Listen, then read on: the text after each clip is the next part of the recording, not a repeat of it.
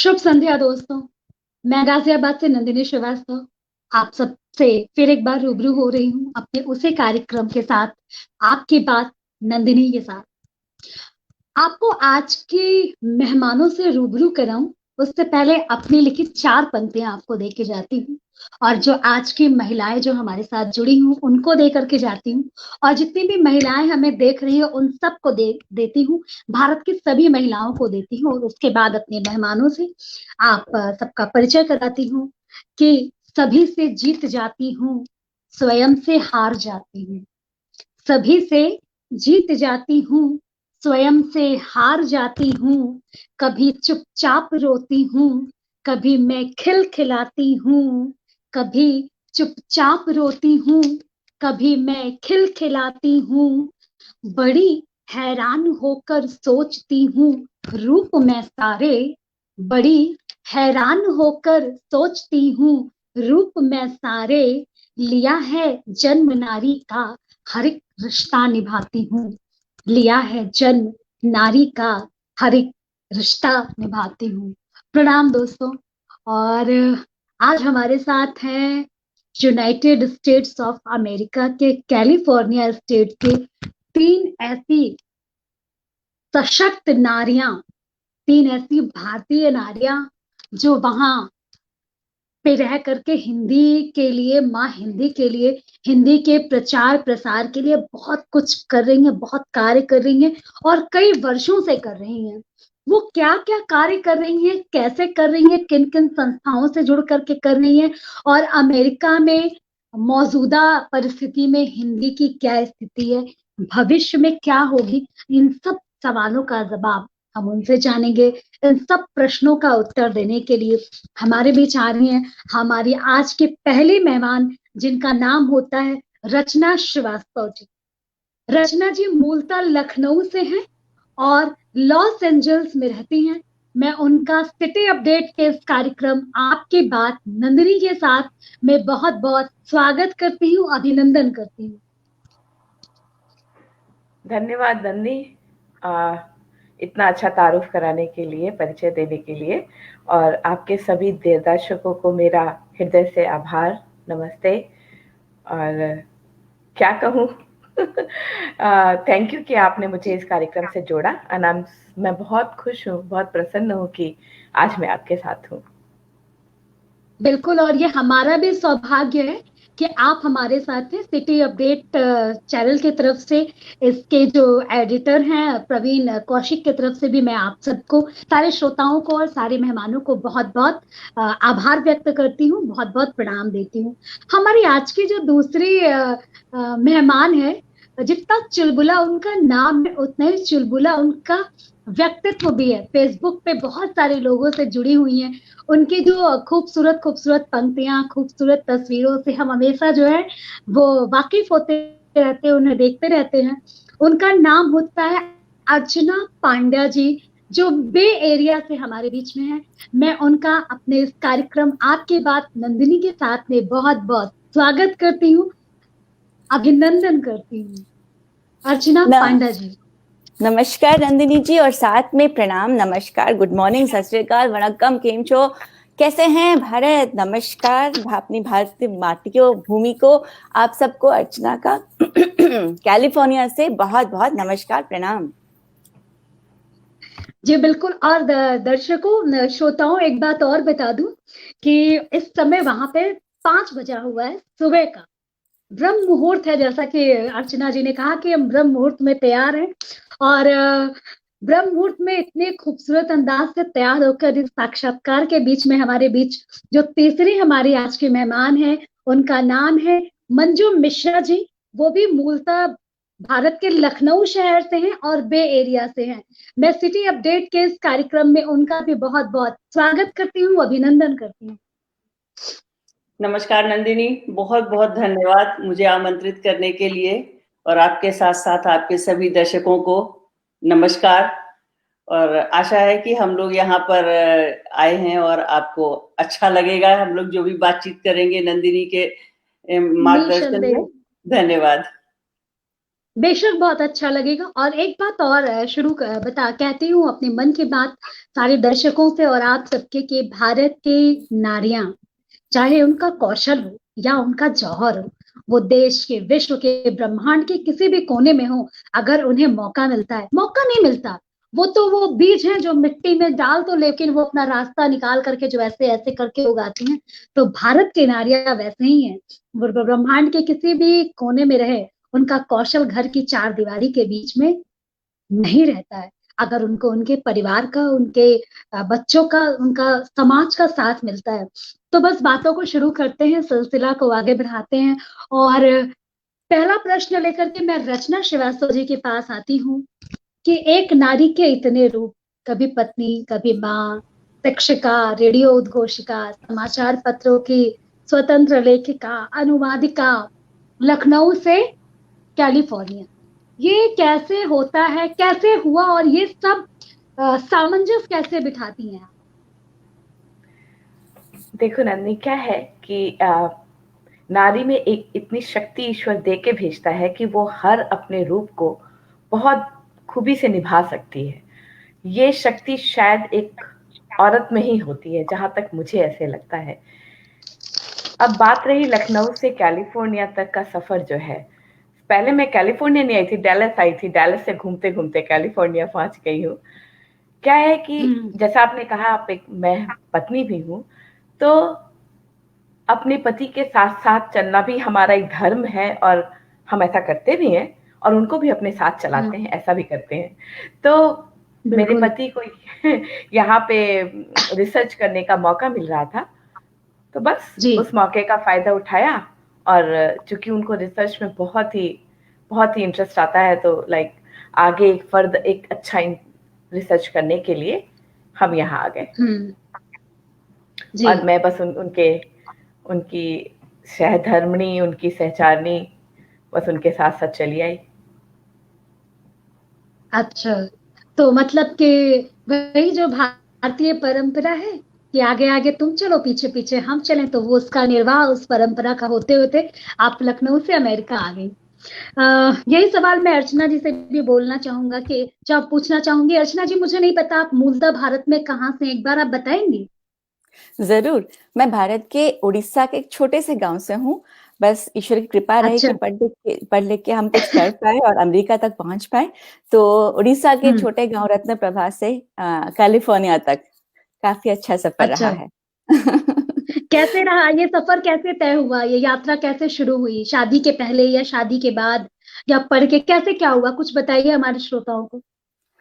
एक कविता कहना चाहूंगी, अगर आप इजाजत दें। बिल्कुल, जीवनी भी है, कहानी भी है, और वजह भी है मेरे आने की। तो ठीक है, आपने शुरुआत में बात छेड़ी है, तो आइए सुनते हैं कि कैसा आना हुआ, सफर कैसा रहा। जन्मी फौजी के घर, मैं I was born to a family of defense people, so I had that fire in me, which usually कि हम जो आर्मी के लोगों में पाते हैं। तो आरंभ है, जन्मी फौजी के घर, पड़ा फौज का असर, जंग जीतने की मेरी पूरी तैयारी थी। जीवन कठोर रण, भारत में नारी बन, पथ में चुनौती कहीं नहीं फुलवारी थी। हर प्रतियोगिता से इंजीनियरिंग तक, माँ के आशीष से मैंने हर बाजी मारी थी। पर एक सामाजिक दैत्य ने हराया मुझे, दहेज के सर्प उस दर्प से मैं हारी थी। क्यों शादी का मंच, भारत में शादी का होना यानी कि दो अन्य अलग अलग गुटों का, एक माँ का, एक बेटी के रूप में, एक बेटे के रूप में। तो शादी क्या है? क्यों शादी का मंच है प्रपंच जो समाज, यहाँ जाति रंग लिंग भेद आसमान तोलता। रूढ़ियों के भेष में है भेड़िए दबोच रहे, चुप्पी इंसानों में है बस धन बोलता। आज जो है गिद्ध कल वो भी होगा कबूतर, क्यों ना हर बाप आज खुद को टटोलता। आन कभी शान कभी और कन्यादान कभी, कितने नामों से है ये शैतान बोलता। तो नंदिनी जी, जीवन को बदलने के लिए, दिशा मोड़ने के लिए एक क्षण, एक लम्हा, एक मुहूर्त, एक मोमेंट काफी होता है। और जो मैं बता रही हूँ तो पूरे रात की बात होती है। तो एक रात की बात है, क्या हुआ उस रात घटी, उस रात घटी एक एक बात, हर घात आंख मीचे होंठ खींचे संवाद याद है। मंडप सजा हुआ था, बेदी बनी हुई थी। हुआ क्या, उस रात घटी एक एक बात, हर घात आंख मीचे होंठ खींचे संवाद याद है। पापा की बिनती जारी, नोटों की गिनती जारी, घर वालों की मिन्नतें फरियाद याद है। व्यापार जो जिस्म नहीं रूह तक चोट करे, व्यापार जो जिस्म नहीं रूह तक चोट करे, हिली आत्मा की बुनियाद मुझे याद है। नहीं करनी है मुझे शादी जो दहेज लोगे, मंडप पे कहा मैंने, कहा मुझे याद है। बारात जो मुड़ी, अब हमारी परंपरा है, हमारे सामाजिक ज्ञान है कि जब कहीं गड़बड़ होती है, कुछ गलती होती है, तो लड़की ही पकड़ी जाती है। लड़की कुछ किया होगा उसने पक्का, वरना क्यों होगी ये बात। बारात जो मुड़ी फिर अफवाह उड़ी और खबरों से जुड़ी, पर एक विश्वास था। माँ ने ठोकी पीठ, पापा ने शाबाशी दी थी मुझे, मेरे अपनों का हौसला जो मेरे साथ था। नौकरी करूंगी और अमेरिका जाऊंगी मैं, आगे बढ़ने का जोश एहसास खास था। पर मेरी धृष्टता का दंड भी मिला था मुझे, फिर कोई रिश्ता न आया मेरे पास था। तो आखिरी पद, क्या चाहती थी मैं, क्या उम्मीदें थी, क्या मन में चाहत क्या थी। बिना किसी मांग के जो मांग में भरेगा प्यार, उसी से मिलेगा अब मन मेरा राम जी। ऐसी सोच ऐसा सार, करती थी इंतजार, कहीं तो वो होगा बस एक नाम राम जी। मेरे इष्ट देव जब शिव जी मिले तो मुझे, सारी दुनिया में मची धूमधाम राम जी। प्रिया लव कुश, 3 फूल खिले अंगना में, अति धन्यवाद तुमको प्रणाम राम जी, अति धन्यवाद तुमको प्रणाम राम जी, अति धन्यवाद तुमको प्रणाम राम जी। तो नंदिनी जी, ये थी मेरी कहानी from village of Odisha to California, USA. मतलब मैं इसको मार्मिक तो नहीं कहूंगी, क्योंकि ये बहुत जो है, जिसको कहते हैं, मैंने अभी कहा था कि वो कौशल हो या जौहर हम महिलाएं दिखाई देती हैं भारत की, तो ये वीरता की बात है। तो मैं इस पे कोई दुख नहीं दूंगी, किसी भी प्रकार का कोई दुख प्रकट नहीं करूंगी। हाँ, ऐसे विचारधारा के लिए रोष जरूर प्रकट करूंगी और आपके लिए बहुत गर्व महसूस करूंगी। और आज इस लाइव से, ये कविता के माध्यम से बहुत कुछ छुपाते हुए भी बहुत कुछ बता दिया अर्चना जी ने। और मुझे ऐसा लगता है कि बहुत सारी लड़कियों के लिए, ये हम जैसी माओ के लिए भी जिनके सामने बेटियां हैं, एक बहुत प्रेरणा की बात है। और इस बात के लिए सच में मैं ताली बजा करके और आपका स्वागत करती हूँ। और आपकी हिम्मत की दाद देते हुए अगले प्रश्न के साथ मैं मंजू जी के पास पहुंचती हूँ। और उनसे भी पहला प्रश्न मेरा यही होगा कि लखनऊ से कैलिफोर्निया तक की यात्रा कैसे, कब, किस माहौल में तय हुई? धन्यवाद नंदिनी। मेरा लखनऊ से लेके यात्रा कैलिफोर्निया तक के बीच में कानपुर में काफी लंबा पड़ाव रहा, क्योंकि मेरा काम का जो भी करियर रहा वो कानपुर में बहुत रहा। और शुरू से मेरा करियर ऐसे, पढ़ाई मैंने हिंदी में की, साहित्य में की, और उसके बाद मैंने कंप्यूटर सीखा, नया कंप्यूटर आया था और मैं ऑर्डिनेंस फैक्ट्री में कंप्यूटर प्रोग्रामर बन गई। तो एक तरफ हिंदी साहित्य था, हिंदी थी जो बचपन से घर में सुनी जाती थी, बोली जाती थी। माँ बाप को हिंदी पढ़ने का शौक था, कविताएं पढ़ते थे, कहानियां पढ़ते थे, तो घर में आसपास वही सब देखा। मेरी माँ थी, उनको बच्चन की मधुशाला बहुत पसंद थी, तो बहुत बार गुनगुनाते हुए सुनी। तो वो बचपन से जो कानों में गई, तो उसने कविता के तार छेड़ दिए।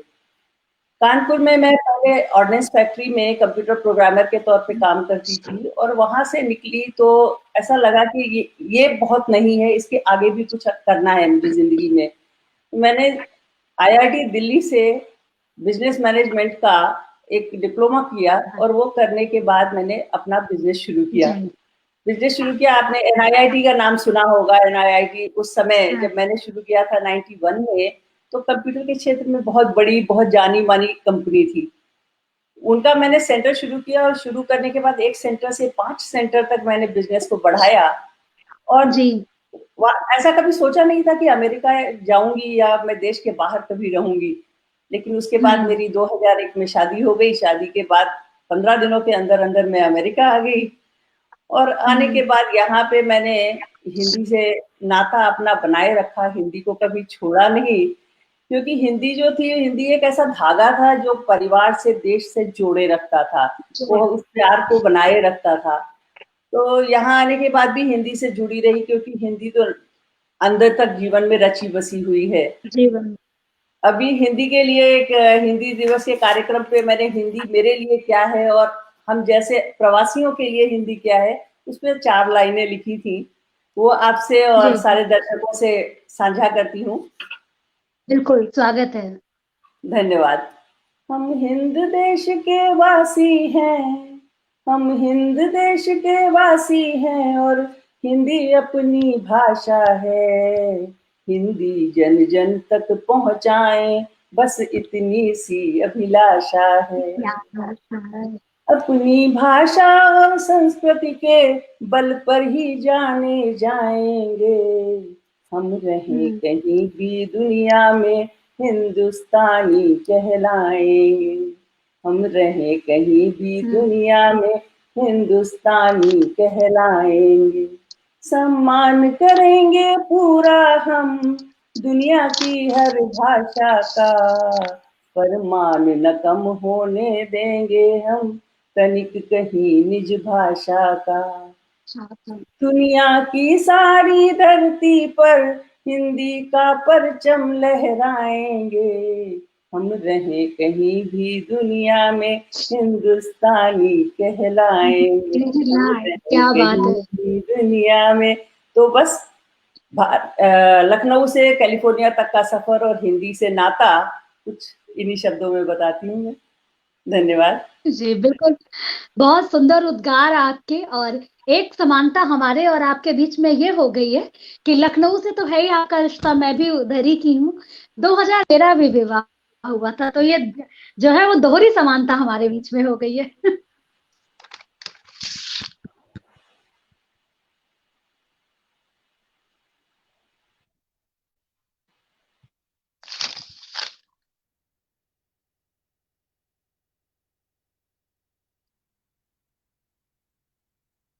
हेलो हेलो, मेरे ख्याल से कुछ वक्त के लिए मेरा फोन रुक गया था, कुछ नेटवर्क की इशू आ रही थी।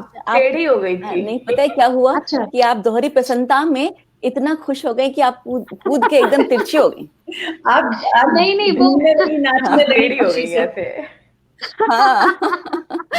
एक कॉल आ गई थी फोन पे, तो अब मैं रचना जी के पास आती हूँ और एक सवाल के साथ कि हिंदी के लिए क्या कुछ कर रही हैं, किन किन संस्थाओं से आप जुड़ी हुई हैं।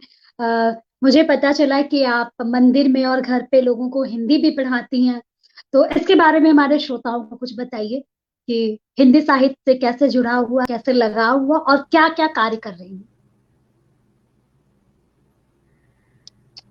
देखो नंदी, क्या है कि जैसा कि मंजू जी ने कहा, हिंदी तो बचपन से ही रची बसी है हमारे साथ, लहू की तरह बहती है हमारे शरीर में, हमारी सोचों में उपजती है। तो हिंदी की कविताएं बचपन से लिखती थी, छोटी थी तो बच्चों की कविताएं लिखती थी, थोड़ा बड़ी हुई तो युवा मन की कविताएं लिखती थी, और फिर जब मेरी बेटी हुई तो मैं उसके लिए कविताएं लिखती थी, उसको गा के सुनाती थी, उसको सुलाती थी उसको। और जब बेटा भी हुआ तो उनको हर रात एक नई कहानी सुनने की आदत थी, तो कहानियां मन में उपजती थी और उनको सुनाती थी। न जाने कितनी कहानियां ऐसी अनलिखित रह गई, बट उन बच्चों को लेकिन याद है। तो ऐसे हिंदी का वहां से एक डायरी थी मेरे पास जो आज भी है, मैं उसमें अपने मन की बातें लिखती थी और माँ को सुनाती थी। तो मेरी माँ हमेशा बोलती थी कि बेटा तुम्हारी सोच बहुत गहरी है, लिखना नहीं छोड़ना। तो वही हुआ, हम यहाँ आ गए, और जब हम अमेरिका आए तो शुरू में एक थोड़ा सा खालीपन सा था, बहुत अकेला लगता था, इतना सन्नाटा लगता था। अपने देश में इतनी शोर शराबे की आदत होती है, सब लोग जोर जोर से बोलते हैं, अगल बगल की आवाजें इतनी आती हैं। तो जब सब काम पे मेरे हस्बैंड अपने रिसर्च के लिए चले जाते थे। मेरी बेटी छोटी थी उस समय, तो घर बहुत खाली लगता था। तो उन्होंने ही मुझे बोला कि उन्होंने कंप्यूटर पे उस समय नया-नया हिंदी लिखना मुझे बताया कि ऐसे लिखो। फिर मैंने लिखना उस पे अपनी कविताएँ टाइप करी और भेजना शुरू किया।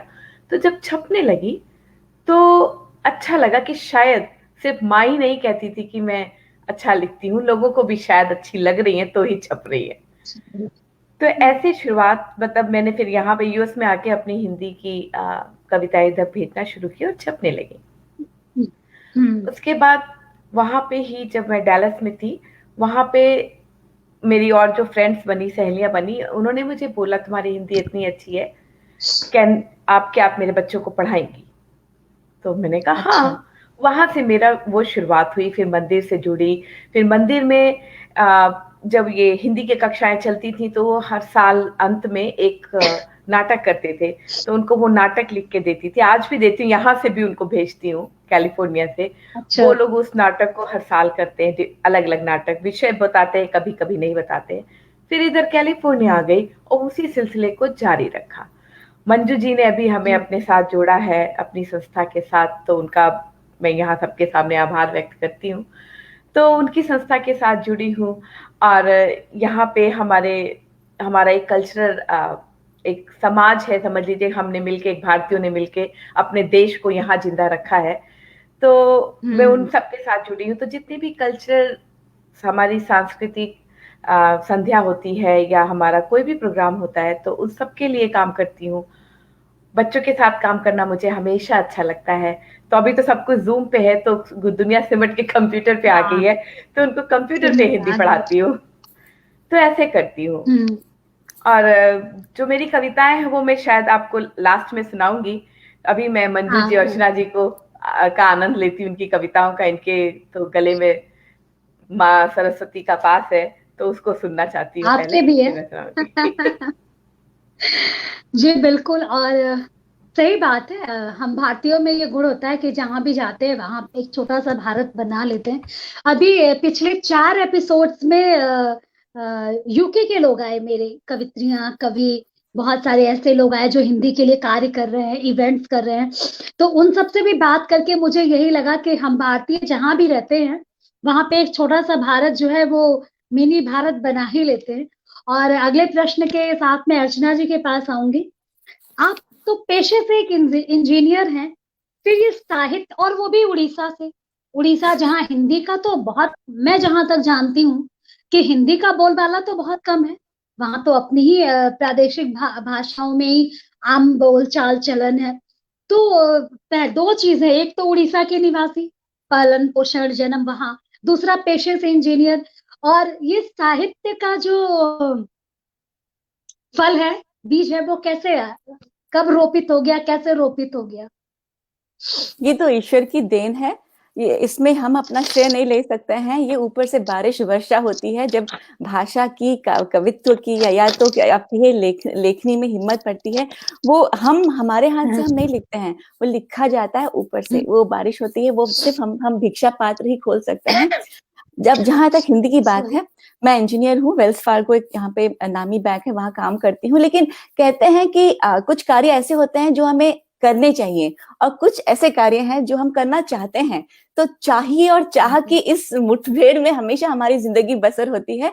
तो रोटी के लिए तो हम काम करते हैं, कार्य करते हैं, अपनी पहचान बनाते हैं। लेकिन ये जो कविता है, ये जो लेखनी है, ये जो लिखने की चाह है, ये हमारी रूह की खुराक है, ये हमारी मन की खुशी होती है। तो ये आपके सवाल का जवाब था। लेकिन हिंदी के लिए जो आपने जो प्रश्न उठाया है, तो मैं ये कहना चाहूंगी, और ये मैं यहाँ की हालत, यहाँ की मौजूदा हालत देख के कह रही हूँ कि यहाँ पे जितना हिंदी का कार्य हो रहा है अमेरिका में, उतना शायद विश्व के किसी अन्य हिस्से में शायद ही हो। क्योंकि यहाँ के लोग जो मूलतः भारतीय नहीं भी हैं, उनके भी मन में हिंदी की इतनी चाह, इतनी तड़प है सीखने की। तो एक कुछ शब्द लिखे थे मैंने यहाँ पे, कुछ संस्थाओं में मैं हिंदी पढ़ाती थी, कुछ दिनों से अभी छूटा है, लेकिन तो पुनः ये कार्य लूंगी, ये सोचाना है मन में। लेकिन ये मैं देखा जब मैं पढ़ाती थी आईसीसी में या डीएनसर में, कि लोग यहाँ पर सच्चे हृदय से सीखना चाहते हैं। तो लेकिन हमारे जो लोग, वो कहते हैं ना कि जो हमारे पास है, हमारी पूंजी, उसको हम बहुत टेकन फॉर ग्रांटेड करते हैं। तो जब तक हमें कदर नहीं आएगी। जी, आप कुछ कह रही थी? नहीं नहीं, बिल्कुल आपकी बात को हाँ। सहमति दे रही थी। तो कुछ शब्दों में हिंदी हिंदी करते हैं, हिंदी हिंदी करते हैं, कहने से डरते हैं, हिंदी डोंट नो का बड़ा आम डायलॉग है। लोग कहते हैं मैं बहुत प्यार करती हूँ करता हूँ, लेकिन कहने से डरता हूँ। तो क्यों आप कहने से डरते हैं अपनी मातृभाषा को? हिंदी हिंदी करते हैं, कहने से डरते हैं, हिंदी डोंट नो का बड़ा आम डायलॉग है, Hindi I love but can not से इट अब, अंग्रेजी झाड़ने का बड़ा फैला आज रोग है। कैसे रहे साथ, कैसे रहे साथ ये जो बोलना न चाहे इसे, दाम इसका तो अजीज का प्रयोग है। दुनिया जो पाना चाहे, दुनिया जो पाना चाहे, आप ही गंवाना चाहे, खोई पूंजी जान के ये कैसा संजोग है। सबसे पहला प्रश्न हमसे अपने आप से करनी चाहिए कि हम कितना प्रयास कर रहे हैं। आप ही जो ना बोलेंगे, आप ही जो ना बोलेंगे, बच्चों से क्या आशा होगी, अपनी सभ्यता को बच्चे नहीं तोल पाएंगे। भूल नहीं इनकी ये जिम्मेदारी है हमारी, बच्चे भारतीयता में नहीं डोल पाएंगे। बच्चों को जो ना दी हिंदी ज्योति, हिंदी बोली बोलो, द्वार हिंदी साहित्य के कैसे खोल पाएंगे। कितने ही अंग्रेजी हाय हेलो कर ले जी, दादा दादी संग ये तो नहीं बोल पाएंगे। और आखिरी पद ये कहना चाहती हूँ कि जो माँ होती है, मातृभाषा या मातृवाणी या मातृभूमि, माँ जहां जुड़ जाती है, वो शब्द जहां जुड़ता है, वहां कोई भी गलती आपकी हमेशा को नहीं रहती। आप सॉरी बोलिए, क्षमा मांगिए, माँ माफ कर देगी। माँ का यही विस्तार है, माँ की यही गुण है, ये उसकी महानता है। तो आप अगर भाषा को सीखना चाहें, इसे कठिन मनाना नहीं, माँ है अपना ही लेगी, हाथों में तुम्हारे अब इसकी है लाज हो।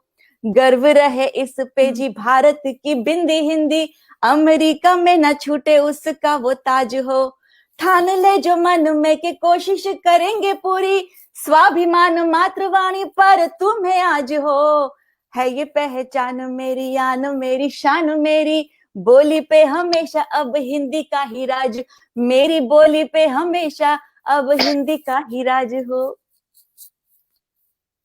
बहुत बहुत सुंदर और भावुक उद्गार अर्चना जी। और बहुत सारे लोग हमें देख रहे हैं, निश्चित कमेंट्स भी आ रहे हैं, पर कभी कभी वो स्ट्रीम में शो नहीं होता है। जो भी श्रोता हमसे जुड़े हुए हैं, जो हमें देख रहे हैं, सुन रहे हैं, उनका हम चारों की तरफ से फिर मैं उनका बहुत बहुत आभार करती हूँ कि वो वक्त निकाल करके आए और हमें सुन रहे हैं, इस कार्यक्रम से रूबरू हो रहे हैं। और अगले सवाल के साथ मैं मंजू जी के पास फिर पहुंचती हूँ कि आपके परिचय को पढ़ते वक्त मुझे ये ज्ञात हुआ कि आपको हिंदी भाषा के प्रचार प्रसार हेतु कई सम्मानों से सम्मानित किया गया है। तो इसके बारे में हमारे श्रोताओं को कुछ बताइए, और कौन सा सम्मान आपके मन के बहुत करीब है, वो भी हम जानना चाहेंगे। धन्यवाद नंदिनी। कैलिफोर्निया में आने के बाद मैंने हिंदी से जुड़े रहने का जो एक सबसे अच्छा साधन ढूंढा था, वो हिंदी सिखाने का काम था। हिंदी सिखाएंगे तो हिंदी हमसे कभी दूर नहीं हो पाएगी। तो इसलिए मैंने यहाँ पे हिंदी सिखाना शुरू की। उसके बाद ये महसूस किया कि हिंदी, जैसे हम लोग तो हिंदी के साथ बड़े हुए हैं, तो बहुत सारी चीजें जैसा अर्चना ने बोला, हम लोग टेकन फॉर ग्रांटेड करते हैं। व्याकरण है या हिंदी बात करते हुए अपने आप हमारे सेंटेंस बन जाते हैं, लेकिन किसी को सिखाने के लिए, और उसको जिसको हिंदी भाषा नहीं आती है, जिसने कभी हिंदी सुनी नहीं है, उसके लिए बहुत मुश्किल होता है।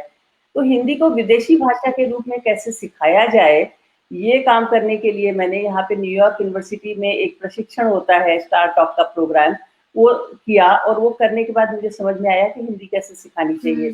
तो काफी सालों तक मैं हिंदी सिखाती रही, छोटे बच्चों को सिखाती थी और यूनिवर्सिटी के स्टूडेंट्स को सिखाती थी, जिनको हिंदी में या तो आगे पढ़ाई करनी थी या किसी वजह से भारत जाना चाहते थे आगे की कोई रिसर्च या अपनी पीएचडी करने के लिए, तो उनको हिंदी सीखनी थी। तो दो तरह के लोगों को मैंने हिंदी सिखाई, और वही हिंदी सिखाते सिखाते मैं कब हिंदी से इतना जुड़ गई कि मुझे पता ही नहीं चला।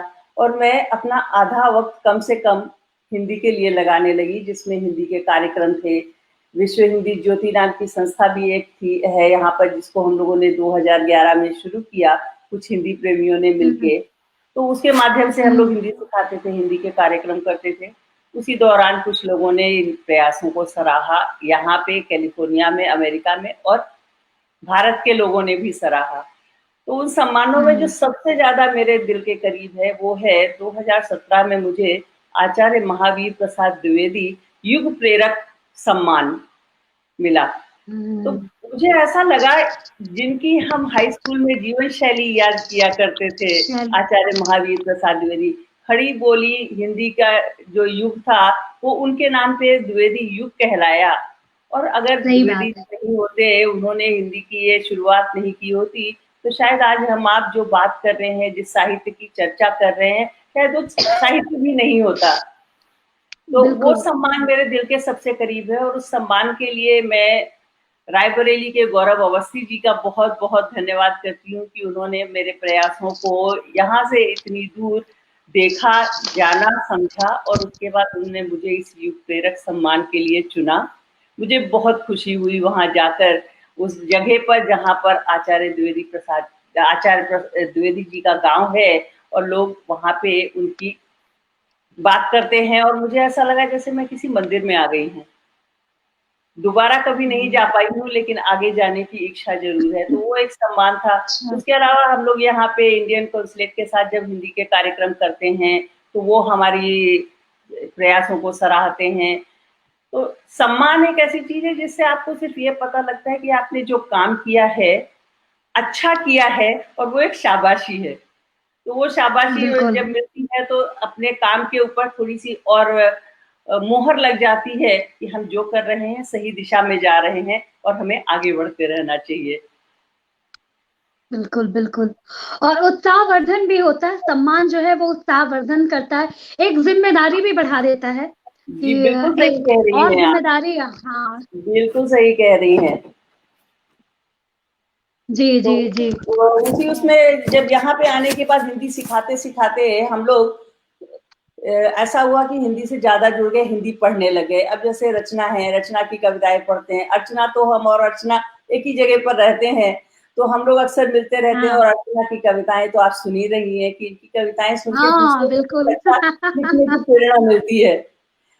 ये हमेशा अच्छा लगता है और इनसे कुछ सीखने का मौका मिलता है। नंदिनी जी, आपको बता दें कि आज तो हम मंच पे मिल रहे हैं, लेकिन हम सब सहेलियां हैं, तो हम लोग इतनी बातें करते हैं, हम लोग इतना बतियाते हैं कि जैसे कि हमको गांव की पनघट की याद आती है, जहाँ पे पानी लेने के लिए हम जब जाते थे तो खूब बातें करते थे। ये हमारी सहेलियां हैं हम सब। तो आज आपने हम सब सहेलियों को मंच पे मिला दिया, बहुत शुक्रिया आपका। हाँ बिल्कुल, नहीं, और अच्छा हुआ ना। तो आपसे रचना दीदी से तो मैं मिली हुई थी जी, आपसे और रचना जी से तो मैं मिली ही हुई, रचना दीदी से तो मैं मिली ही हुई हूँ। मंजू जी जुड़ गई, और एक नए व्यक्तित्व के बारे में मुझे पता चला जो इतना कार्य कर रहा है, तो जो मेरे लिए बहुत गौरव की बात भी, और मैं उनको प्रणाम भी इस बात के लिए करती हूँ कि इतना कार्य वो कर रही हैं। और अगले सवाल के साथ मैं रचना जी के पास आती हूँ कि आप ने हिंदी साहित्य जगत और सिने जगत, भारतीय सिने जगत के कई उल्लेखनीय लोगों का साक्षात्कार भी लिया है, तो इसकी शुरुआत कहाँ से हुई और अनुभव कैसा रहा है इसका?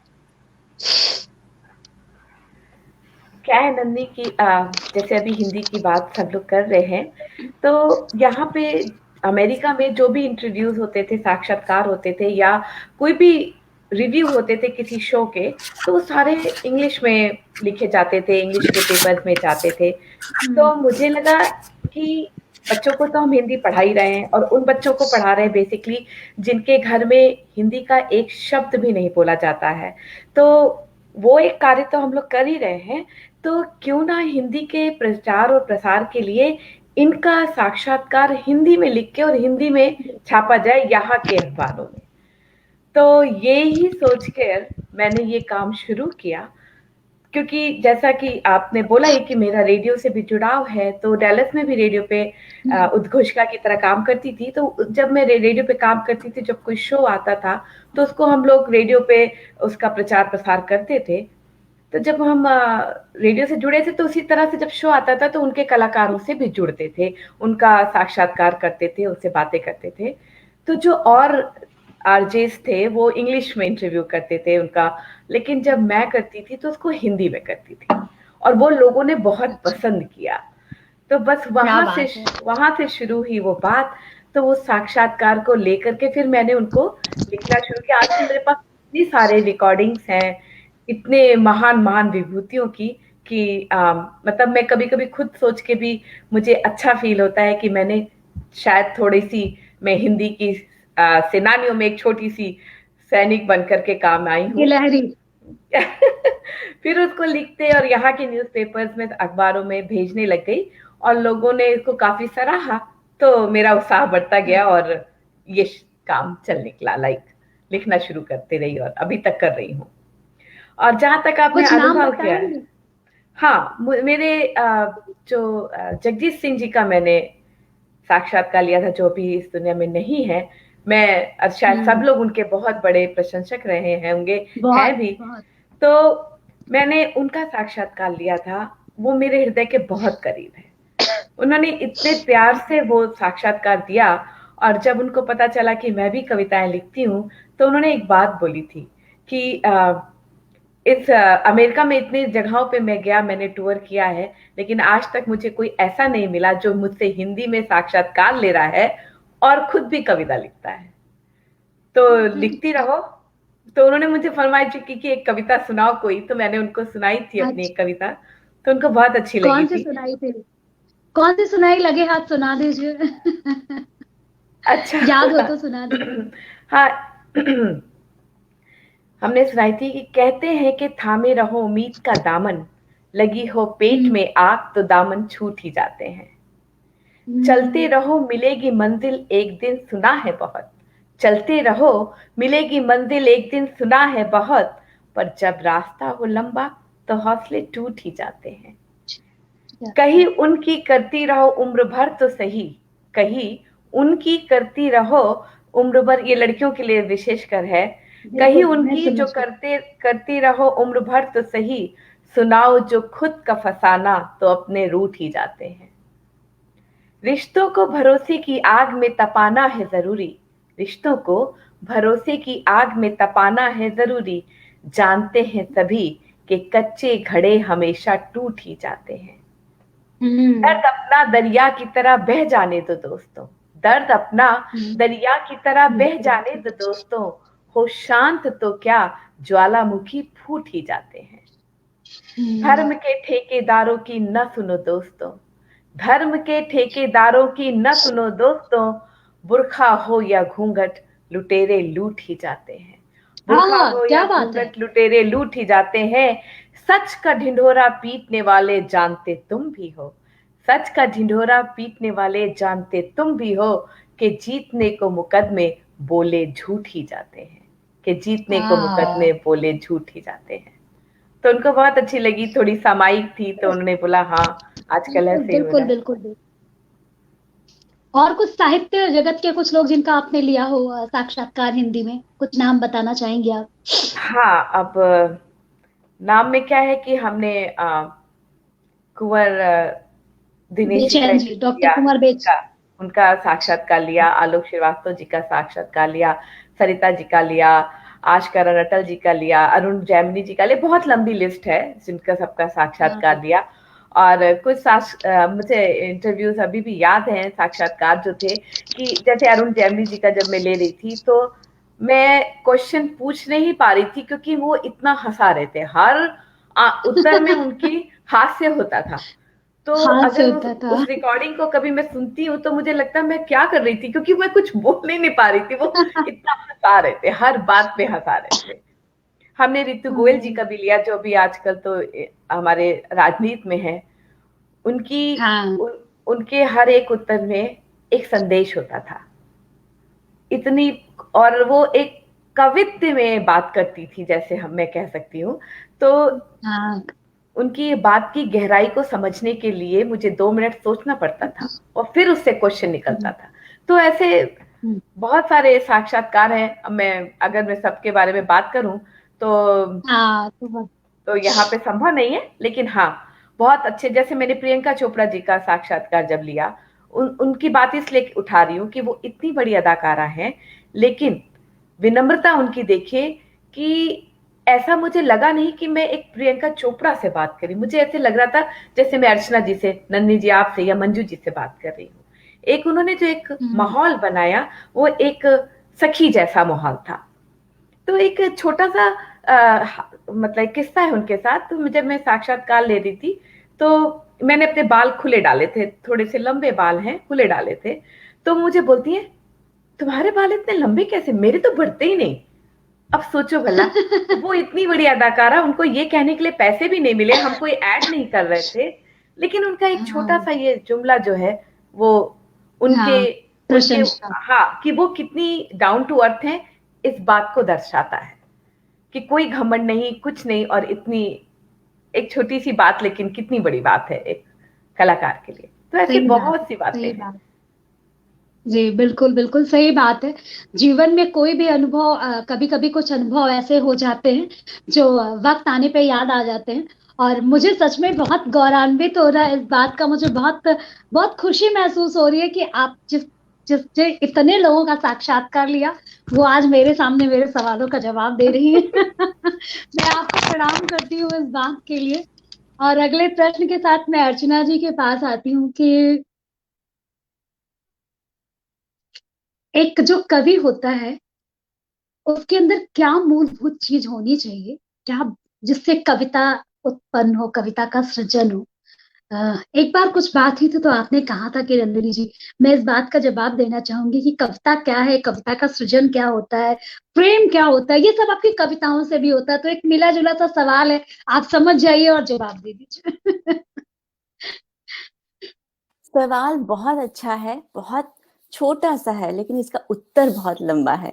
क्योंकि कविता जैसे आपने कहा कि एक भावना है, अंदर से आती है, ये हम बना नहीं सकते, इट्स नॉट मेड अप। ये हम कभी कृत्रिम तरीके से रूप से चलिए आज बैठ के आज रात को 9 से 12 लिखते हैं, ऐसा नहीं होता है। एक हुक, एक प्यास, एक महक, एक उद्गार होता है अंदर। तो एक छोटा सा एक छंद होता है जो ये ये प्रयास करूंगी कि कैसे लिखा जाए। मन जब सागर के ज्वार पे सवार लिखे, अगर मन में आंदोलन है तो आपकी कलम हुंकार भरेगी। मन जब सागर के ज्वार पे सवार लिखे, लहराए गीत उन्माद बन जाए वो।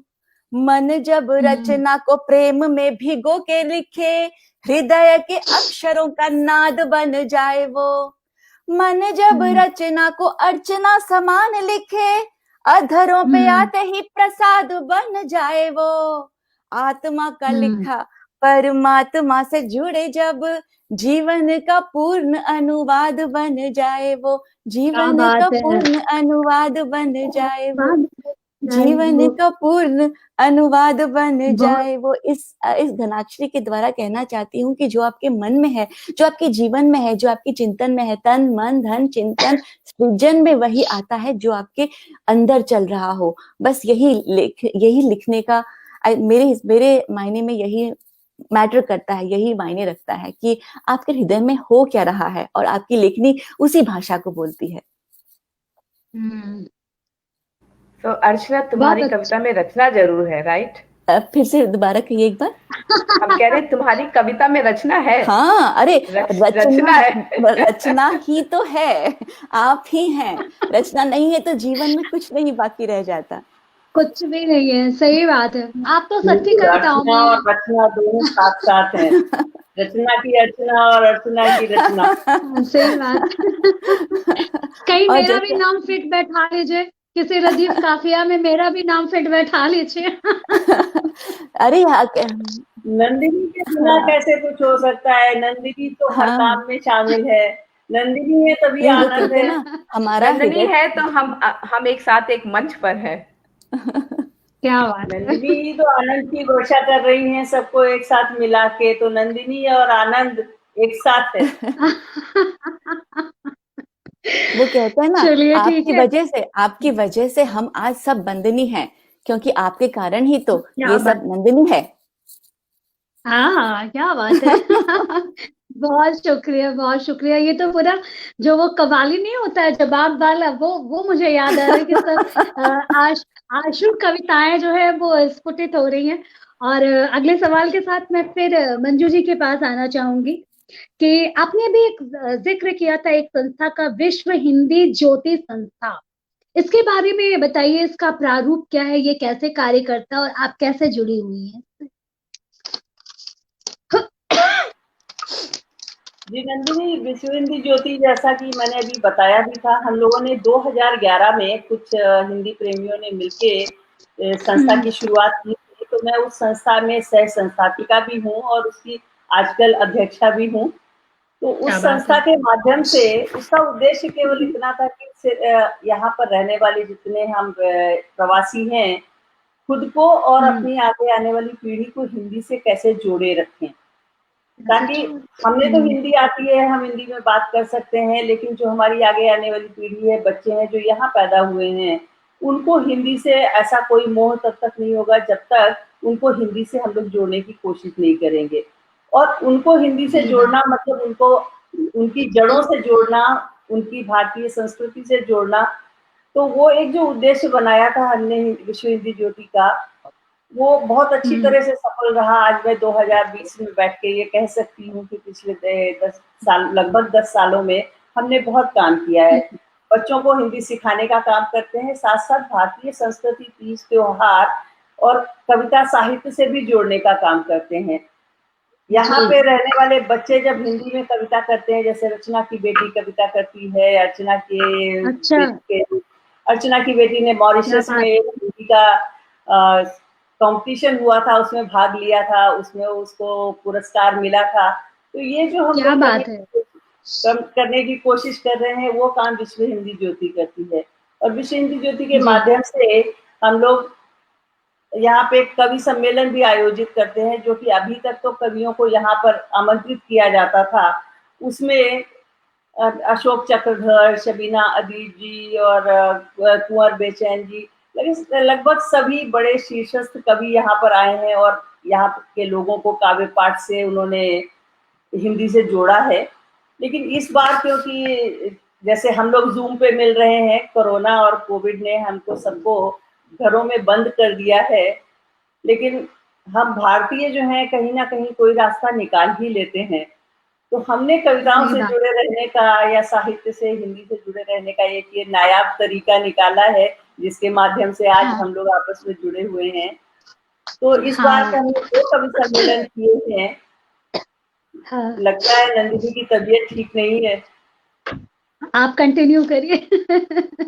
हाँ, तो अभी हमने जूम के माध्यम से कवि सम्मेलन किए हैं और बहुत अच्छा लगा। उसमें बहुत अच्छे अच्छे कवियों ने काव्य पाठ किया।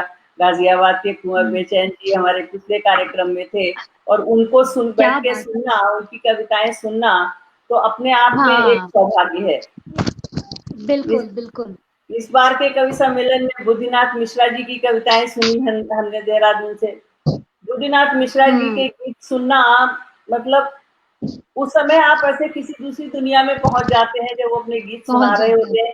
उनके गीत बहुत ही अर्थपूर्ण, भावपूर्ण और उनके सुनाने की शैली बहुत अच्छी है जी।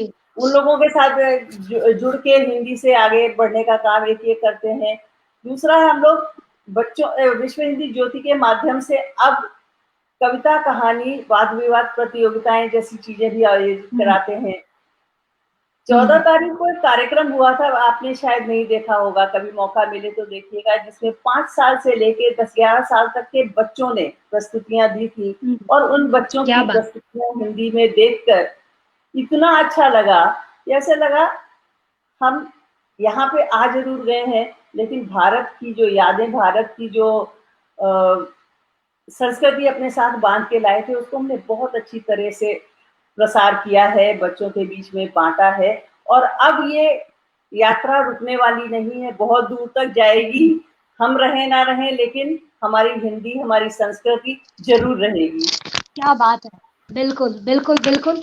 और मैं अस्तु अस्तु कहती हूँ आपके इस वाणी को, और कहती हूँ कि माँ शारदे विराजी हो इस समय आपके जिह्वा पर, और ये बात सत्य निकले कि ये जो सफर है, ये यात्रा है, ये यूं ही चलता रहे, रुके ना, निरवरोध चलता रहे। और आप जैसी महिलाएं जो भारतीय संस्कृति और सभ्यता को अपने साथ वहां पे ले गई हैं, और अपने बच्चों में भी ना कि उसका सृजन कर रही हैं, बल्कि उस उसका पालन पोषण भी कर रही हैं। ये सब फलता फूलता रहे। बहुत बहुत सच में बहुत अच्छा लग रहा है। मुझे नहीं पता था सच में आप लोगों से मिलने से पहले कि वहां भी इस तरह का कुछ कार्य हो रहा है।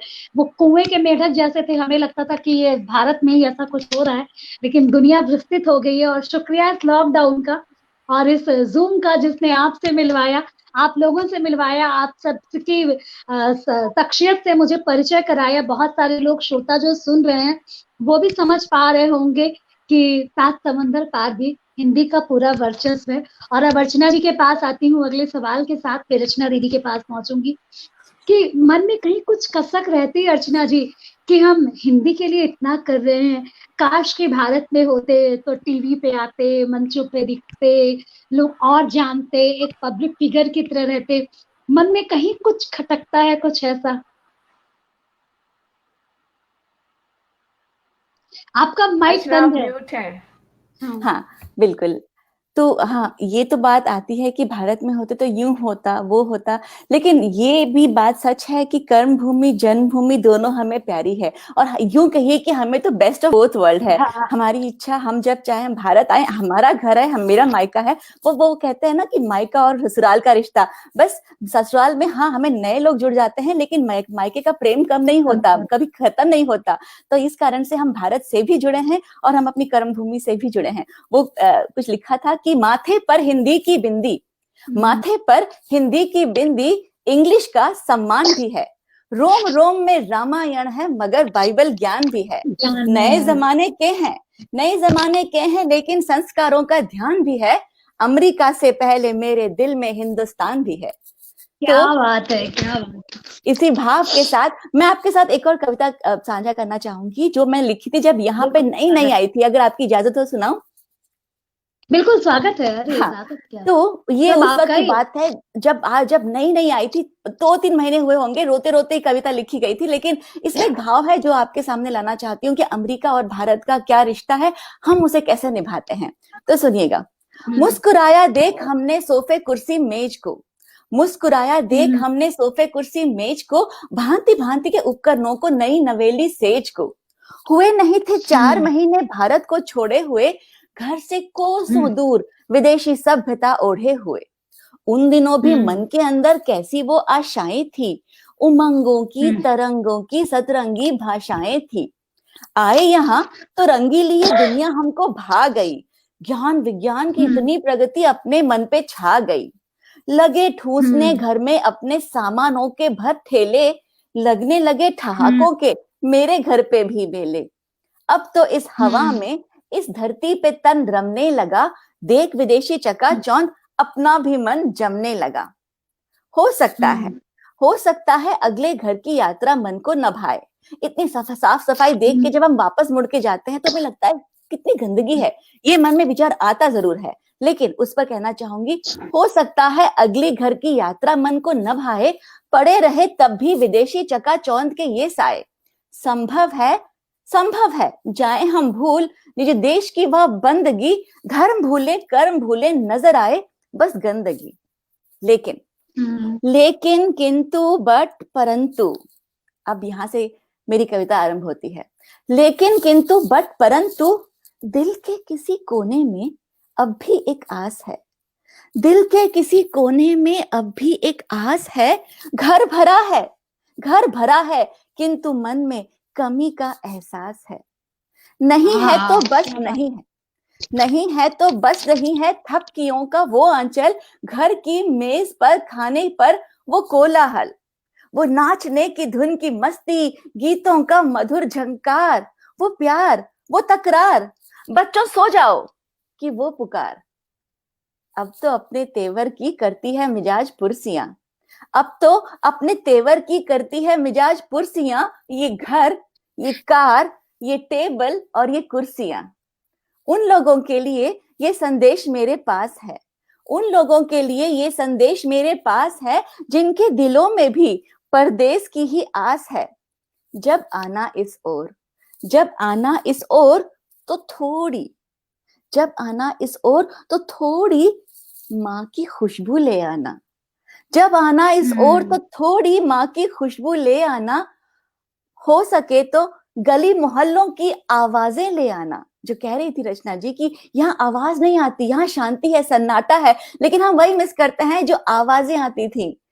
जब आना इस ओर तो थोड़ी माँ की खुशबू ले आना, बांध सको तो गली मोहल्लों की आवाजें ले आना। संस्कृति इतनी लाना कि आखिरी वक्त तक साथ रहे, हो पाए तो मुट्ठी भर तुम देश प्रेम भी ले आना। मानो मेरी बात, मानो मेरी बात, तभी तुम्हारा यहाँ दिल खिलेगा, क्योंकि इनमें से तुम्हें यहाँ कुछ नहीं मिलेगा, कभी नहीं मिलेगा, कहीं नहीं मिलेगा। जय हिंद। क्या बात है। ये तो अनुभव से ही लिखा जा सकता है, ये हम जैसे लोग यहाँ रह करके नहीं लिख सकते। कहते हैं ना कि कविता अनुभव से ही स्पंदित होती है, स्फुटित होती है, तो ये अनुभव से ही आपके लिखा गया है और बहुत सुंदर मन के उद्गार। और मैं रचना दीदी के पास आना चाहूंगी अगले सवाल के साथ कि आपको कई पुरस्कारों से सम्मानित किया है रचना जी, तो कुछ बताएंगे कैसे, क्या, किन पुरस्कारों से सम्मानित किया गया, और फिर आपसे भी वही प्रश्न कि कौन सा पुरस्कार मन के सबसे करीब है। नंदिनी, आपके इस सवाल का जवाब दूं उससे पहले जो अर्चना ने अभी कविता सुनाई है उसके मतलब उसी तर्ज पे एक कविता है, उसको मैं सुनाना चाहूंगी, उसके बाद में आगे बढ़ूंगी। स्वागत है, स्वागत स्वागत। तो जो जैसे हम सबके दिल में एक टीस, एक कसक हमेशा रहती है, तो उसपे ही है ये कविता। चलो अब वापस चले, चलो अब वापस चले कि माँ ने बनाई है खीर, बचा रखी है थोड़ी सी धूप, सर्द रातों की गर्म मूंगफलियां और रजाई में मेरा वो गुनगुना सा कोना भी। क्या होता था जाड़े के समय में इंडिया में, हम लोग जब रजाई में घुसते थे तो अपना वो गर्म करते थे, फिर अगर कोई बहन या भाई पानी लाने के लिए मम्मी बोलती थी तो जाना नहीं चाहते थे क्योंकि वो ठंडा हो जाता था। तो थोड़ी सी धूप, सर्द रातों की गर्म मूंगफलियां, रजाई में मेरा वो गुनगुना सा कोना, आओ अब वापस चले। बहन ने धागों में बुना है प्यार, बहन ने धागों में बुना है प्यार, संभाल के रखे हैं मेरे जीते हुए कंचे और लूटी हुई पतंग भी। ये सब काम भी किए हैं हमने बचपन में, केवल लड़के ही नहीं करते। संभाल के रखे मेरे जीते कंचे, लूटी हुई पतंग भी, मेरे वो सारे पल भी जिसमें स्वयं को मैं भूलने लगी थी। आओ अब वापस चले, अभी ढूंढना बाकी है मेरी खोई गेंद, बनाना है टूटा हुआ बल्ला और भरनी है वो पिच के लिए खोदी जमीन। बहुत डांट खाई है इसके लिए। अपने दांव तो ले चुके, मेरा देना बाकी है, आओ अब वापस चले। देश से लाए, हम अपने देश से क्या लेके आए थे यहाँ, देश से लाए डिग्री, संस्कार, भारतीय होने का मान और तिरंगे का स्वाभिमान। है समय अब कुछ वापस करने का, आओ अब वापस चले। खो गए हैं पिता के सपने, फीकी पड़ने लगी है माँ की उम्मीदें, बहन का सावन इंतजार कर रहा है, कुछ और खोने से पहले आओ अब वापस चले। कुछ और खोने से पहले आओ अब वापस चले। यहाँ आने पे हम इसका मूल्य भी चुकाते हैं। अपनों से दुनिया होती है, मिल नहीं पाते हैं, तो ये उसकी एक कसक थी जो शायद आपके दिल तक पहुंची हो। तो अब आपके सवाल का जवाब। बहुत सुंदर, बहुत सुंदर। तो सम्मानों की जहां तक बात है, तो हैं कुछ सम्मान हमारी झोली में भी गिरे हैं। तो उनमें से जैसा कि अभी मंजू जी कह रही थी कि सम्मान पाना, इससे पता चलता है कि हाँ आपके काम को कहीं तक पहुंच रहा है, तो लोग आपको सम्मानित कर रहे हैं। तो यहाँ पे जो अमेरिका में आने के बाद सबसे बड़ा सम्मान जो एक मुझे मिला है, वो पहले मैं लिटरली सम्मान की बात करती हूँ, फिर भावनात्मक सम्मान पे आती हूँ। तो यहाँ पे जो भी मैं सांस्कृतिक कार्यक्रम होते हैं उनका संचालन करती हूँ, उनका बढ़ावा देती हूँ, और जो हमारे फोक नृत्य हैं उनको भी सिखाती हूँ मैं यहाँ पे, ताकि हमारे बच्चे उससे जुड़े रहें, उनकी बारीकियां समझाती हूँ। तो इस तरह के प्रोग्राम यहाँ हमारे आटिशा एक जगह है, वहाँ पे होते रहते हैं। तो आटिशा के मेयर के द्वारा, काउंसिलर जनरल के द्वारा, इन सब के द्वारा जो एक सम्मान प्रशस्ति पत्र जो मिला है, वो मुझे लगता है एक बहुत बड़ी उपलब्धि है मेरे लिए। हालांकि कोई बहुत बड़ी बात नहीं, लेकिन मुझे ऐसे लगता है क्योंकि यहाँ पर जो भारतीय नहीं है वो अगर हमारे काम को देख के ये समझ रहे हैं कि हाँ, हम इतना बड़ा एक मेला ऑर्गेनाइज कर रहे हैं, जैसे दिवाली का एक बड़ा सा मेला किया, तो उसमें हम अपने संस्कृति, अपने कल्चर को लेके गए, तो उन्होंने भी देखा, और जब वो उन्होंने एक दिया तो मुझे बहुत अच्छा लगा कि चलो हम कहीं कुछ तो कर पा रहे हैं। और जो भावनात्मक सम्मान जो मुझे सबसे बड़ा सम्मान जो वो ये है कि जब यहाँ पे बच्चों को हम एक नृत्य सिखाते हैं या हिंदी पढ़ाते हैं, उसके बाद जब बच्चे थोड़े दिनों बाद, थोड़े सालों बाद वापस आके बोलते हैं कि आपका पढ़ाया हुआ वो शब्द, आपकी पढ़ाई वो हिंदी की कैसे सेंटेंस बनाना है, वो आज मैंने वहां इस्तेमाल किया और मुझे उस बात के लिए बहुत प्रोत्साहन मिला, बहुत सम्मान मिला, वो मेरे लिए सबसे बड़ा सम्मान होता है कि मेरे द्वारा सही पढ़ाई बात है। हिंदी उन बच्चों को कहीं ना कहीं सम्मानित कर रही है। तो एक वो सम्मान है जो मुझे, ये दो सम्मान है जो मुझे बहुत मेरे दिल के करीब है। तो बस जैसे कि तुमने भी थैंक यू नंदनी, आपने बोला कि सम्मान के साथ जिम्मेदारी आती है, तो बहन बस ये समझ लो कि इतना सारा काम ले लेती हूँ कभी कभी कि लगता है कि समय शायद थोड़ा और होता तो शायद थोड़ा और काम कर पाती। सही, बिल्कुल। और ये बिल्कुल सही है कि आप जो आपको सम्मान मिलता है वो भावनात्मक हो या रचनात्मक हो या जिसको हम मैटेरियलिस्टिक सम्मान कहते हैं वो हो, सम्मान किसी भी तरीके का हो, आपकी जिम्मेदारी बढ़ जाती है। अगर मुझे कोई अब पता नहीं, माँ का आशीर्वाद है, लोग कहने लगे हैं कि बहुत अच्छा लिखने लगी हो, तो अब क्या होता है, इतना ज्यादा वो जिम्मेदारी इतनी बढ़ गई है कि अपने किसी भी रचना को जो है वो पोस्ट करने से पहले या कहीं पढ़ने से पहले मुझे लगता है कि उसको 10 दिन 1 हफ्ते का वक्त दिया जाए, उसमें जितनी बार पढ़ो उतनी बार एक शब्द इधर से उधर हो जाता है, तो वो जिम्मेदारी सच में बढ़ जाती है। वो कोई भी चीज जब आप अच्छा करने लगते हैं उसकी सराहना होने लगती है, बड़े पटल पे उसकी सराहना होने लगती है, तो आपकी जिम्मेदारी बढ़ जाती है। और मैं मंजू जी के पास आना चाहूंगी कि बहुत सारी सामाजिक संस्थाओं से आप जुड़ी हुई हैं, नारिका, यूपीएनए, तो इनके बारे में हमारे श्रोताओं को कुछ बताइए कि ये कैसे कार्य करती हैं और आपकी भूमिका क्या है इन संस्थाओं। धन्यवाद नंदिनी। हिंदी के साथ साथ ये एक और क्षेत्र है जहाँ पे मैं कुछ करना चाहती हूँ, और ये बताते हुए मुझे बड़ी खुशी हो रही है कि मैंने पिछले 7-8 सालों से लगभग पैसों के लिए काम करना बिल्कुल बंद कर दिया है, एक तरह से रिटायरमेंट ले लिया है, और अब मेरा पूरा वक्त इन सामाजिक संस्थाओं के काम के लिए ही जाता है। और मैं रोज व्यस्त रहती हूँ, मैं रोज 15-16 घंटे काम करती हूँ, लेकिन सब मेरा नॉन प्रॉफिट ऑर्गेनाइजेशंस के लिए काम होता है। तो इस समय मैं 4 संस्थाओं से जुड़ी हुई हूँ। एक तो विश्व हिंदी ज्योति, जिसके बारे में हम बात कर चुके हैं। दूसरी संस्था है उपमा, यूपी उत्तर प्रदेश मंडल ऑफ अमेरिका।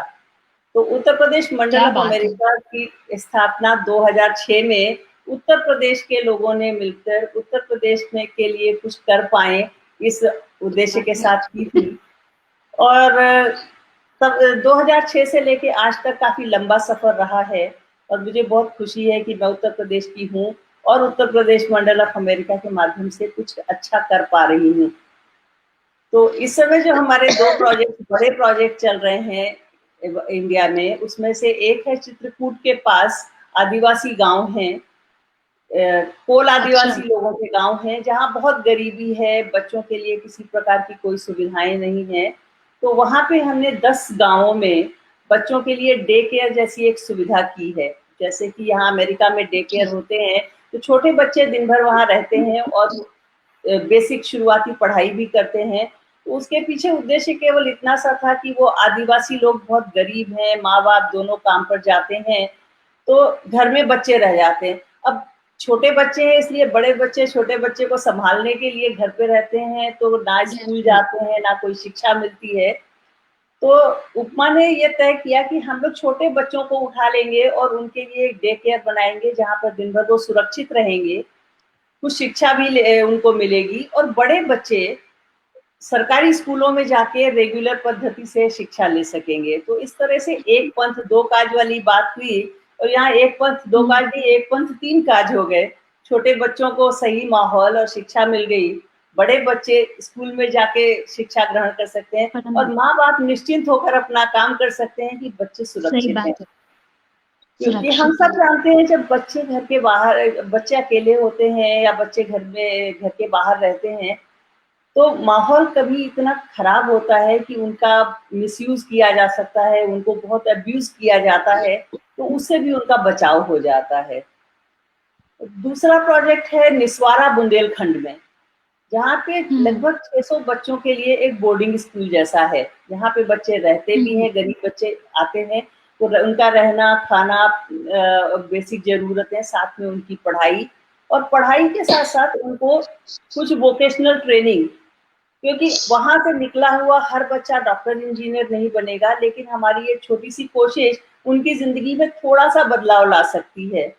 और फिर उनको कुछ एक वोकेशनल ट्रेनिंग भी दी जाती है ताकि वो वहां से निकल के अपना जीवन सुचारू रूप से चला सकें। तो ये तो है उत्तर प्रदेश मंडल ऑफ अमेरिका।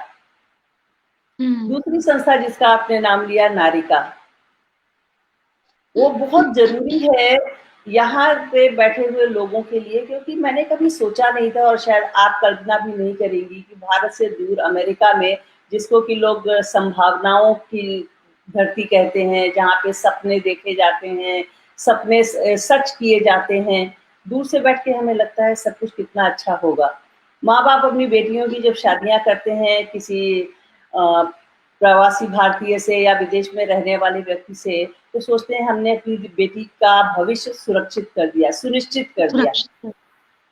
लेकिन यहाँ आने के बाद पता चलता है कि ये जो घरेलू हिंसा है वो यहाँ पर भारत जितनी या भारत से ज्यादा है। क्योंकि जब लड़कियां यहाँ पे आई हैं तो आने के बाद अपना देश, अपना माहौल, अपनी जमीन, अपनी भाषा कुछ नहीं है, एकदम अकेली एक इंसान के भरोसे आती हैं। और अगर वो इंसान ही उनके सपनों को नष्ट भ्रष्ट करके उनके साथ ऐसा व्यवहार करने लगे जिससे या तो वो मारपीट करने लगे या उनके साथ घरेलू नौकर जैसा व्यवहार करने लगे या कि हिंसा करने लगे, तो बहुत मुश्किल में पड़ जाती हैं।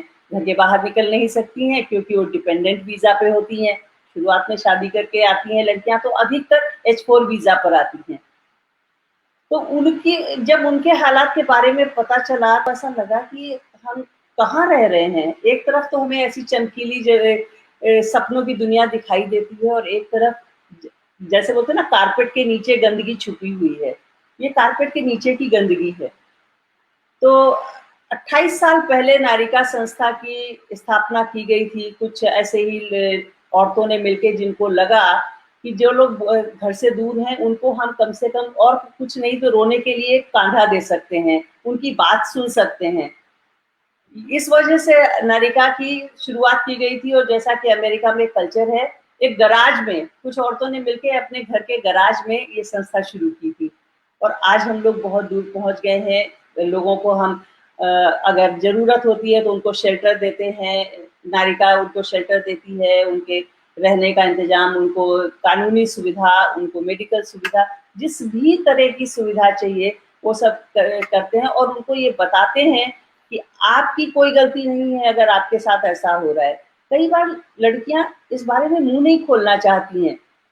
आजकल अलग रहना कोई बड़ी बात नहीं है, भारत में भी बहुत से लोग अलग रहते हैं, लेकिन अमेरिका में रहने वाली लड़कियां इस बारे में मुंह नहीं खोलना चाहती हैं कि माँ बाप ने कितनी मुश्किलों से, हम सब जानते हैं जब भारत में किसी विदेशी लड़के के साथ शादी होती है तो माँ बाप पे क्या बीतती है, कैसे कितने खर्चे करने पड़ते हैं, कितने समझौते करने पड़ते हैं। लड़कियां ये सब सोच के, ये सब अपना पीछे का लेके कभी मुंह नहीं खोलती हैं और बहुत कुछ सहती रहती हैं। तो उनको ये ना सहना पड़े या कि हम उनको कुछ मदद कर सकते हैं, उसके लिए नारिका के माध्यम से कुछ करने की कोशिश करते हैं। और हम लोग जैसे कि कहते हैं लड़कियों को कुछ मौका देना चाहिए, उनको उड़ने का, उनके पंख देने चाहिए, उनको उड़ान देनी चाहिए।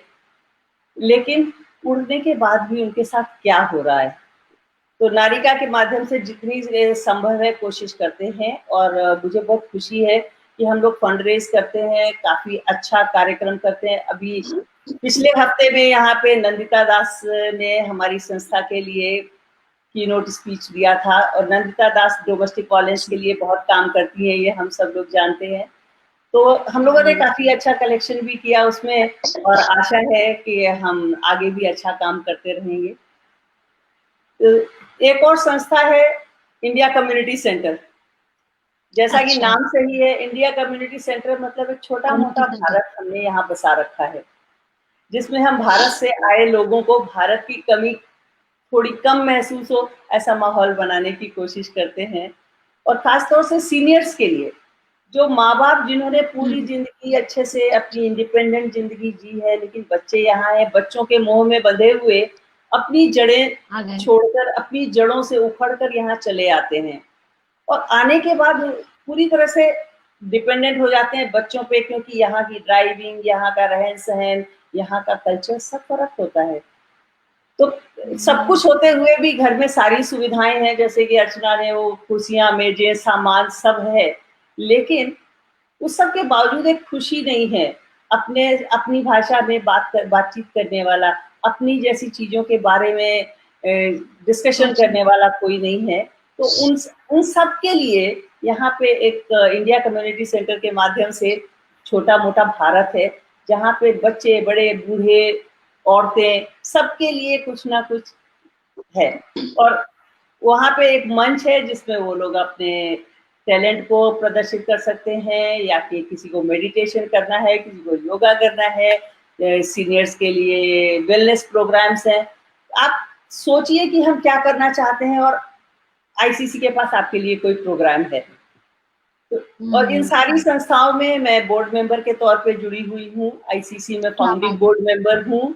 तो हर जगह कुछ ना कुछ ऐसा करने की कोशिश कर रही हूँ कि मेरा जो छोटा मोटा एक सहयोग है, उस सहयोग के माध्यम से हम यहाँ पे हिंदी, हमारी संस्कृति और जो हमारी कर्म भूमि है उसके लिए भी कुछ कर सकें।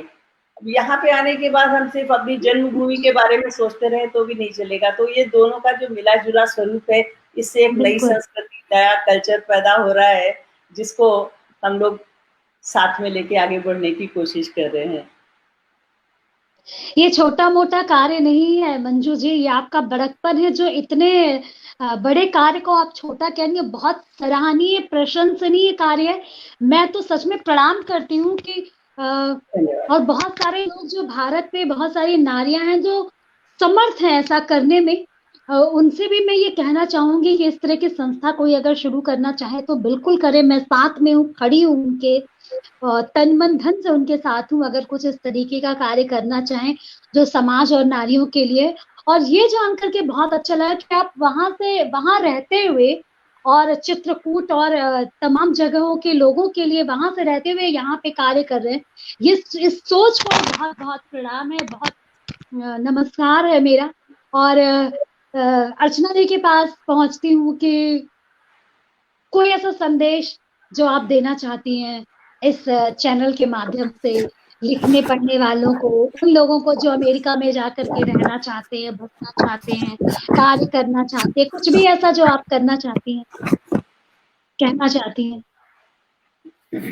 निश्चित, बहुत शुक्रिया नंदिनी जी। और मंजू के साथ मैं ये कहना चाहूंगी कि मंजू की सारे कार्यक्रम, और सबसे बड़ी बात नंदिनी जी, आप और मंजू में एक समानता है कि आपकी तबीयत दोनों की ठीक नहीं है, फिर भी आप बिल्कुल में बिना डर के लगे हुए हैं। वैसे ही मंजू, आपको भी प्रणाम है कि मंजू की भी तबीयत ठीक नहीं है, क्योंकि मैं भी इन सारे कार्यक्रमों में उनके साथ हूँ।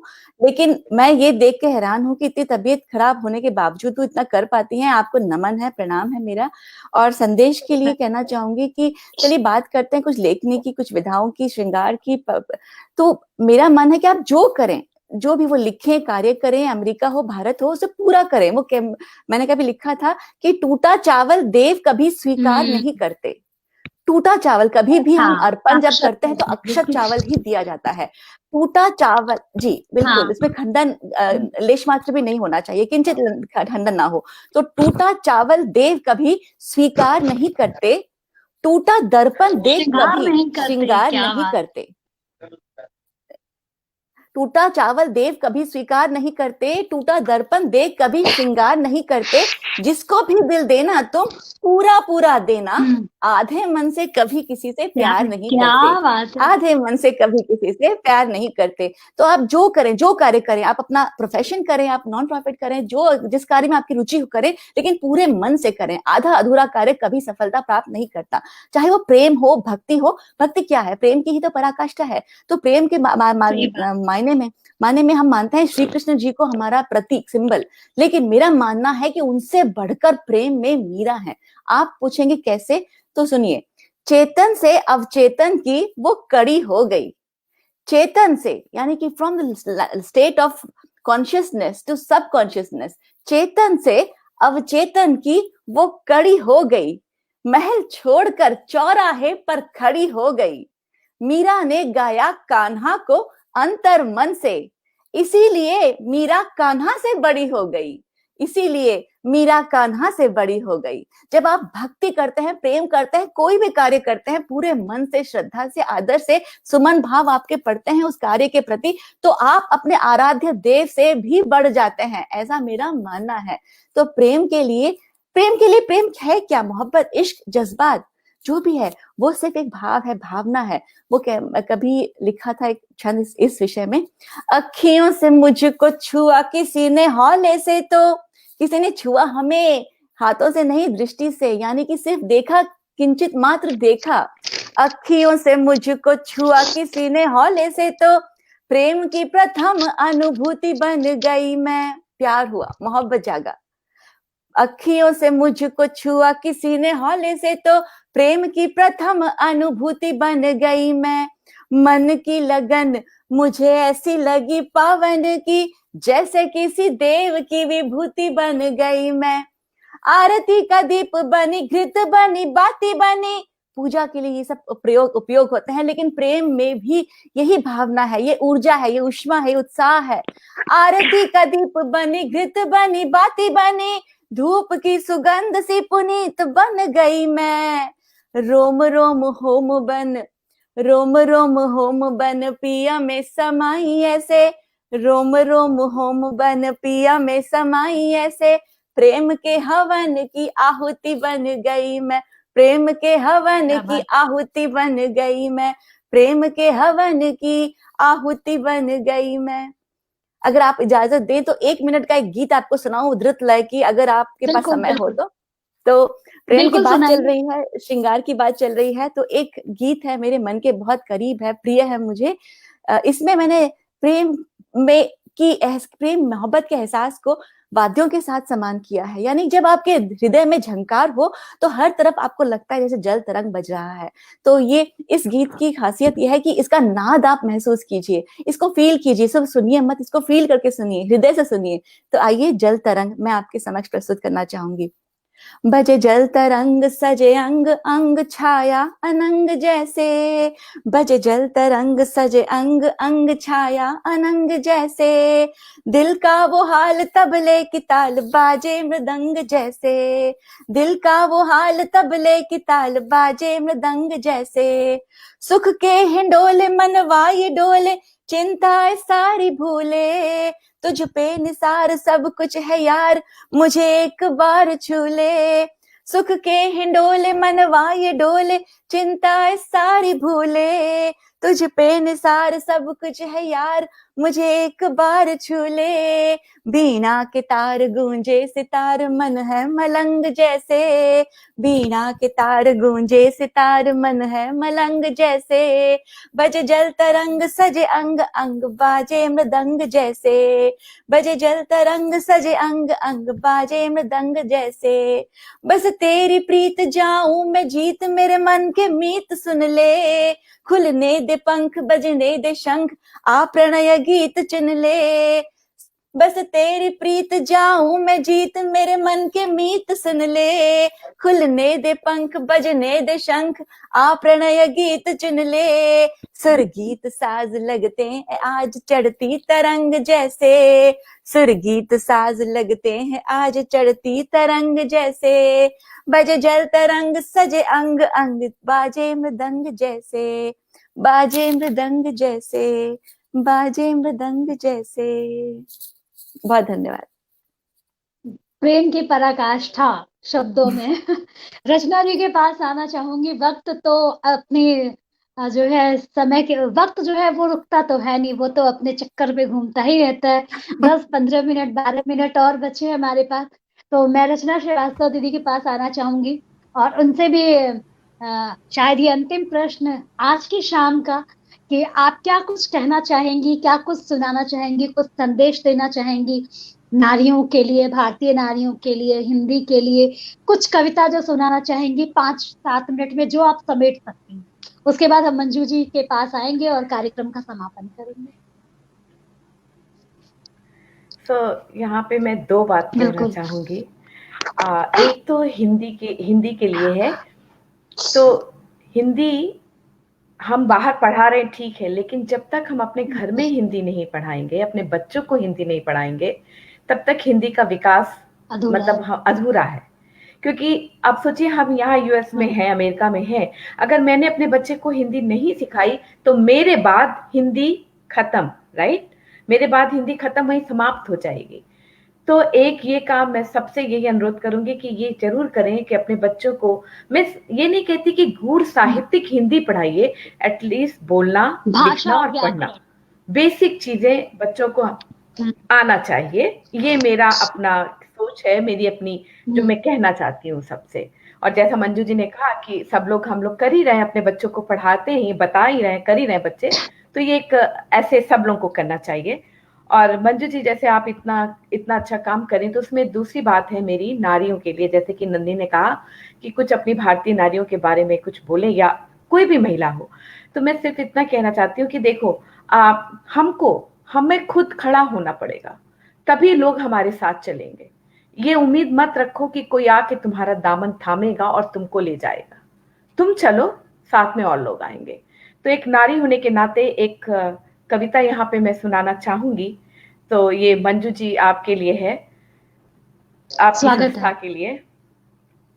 मैं कुछ कहना चाहती हूँ, मैं कुछ कहना चाहती हूँ, जिह्वा होते हुए गूंगी रही अब तक, पर नहीं, अब मैं बोलना चाहती हूँ। मैं कुछ कहना चाहती हूँ। घर, समाज, दुनिया से किनारे की गई बहुत, हाशिए पे रह के जी ली बहुत, अब मैं मुख्य पृष्ठ बनना चाहती हूँ।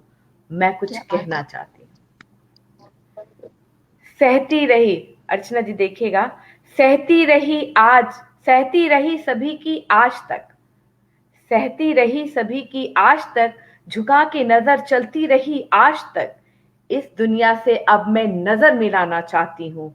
मैं कुछ कहना चाहती हूँ। नंदी बहन, तवज्जो चाहूंगी, आपका ध्यान चाहूंगी। कभी ममता, कभी सिंदूर की कसौटी पे कसी गई, कभी ममता, कभी सिंदूर की कसौटी पे कसी गई, हमेशा मैं मातहत की तरह सुनती रही, हमेशा मैं अब अधिकारी बन आदेश सुनाना चाहती हूँ। मैं कुछ कहना चाहती हूँ।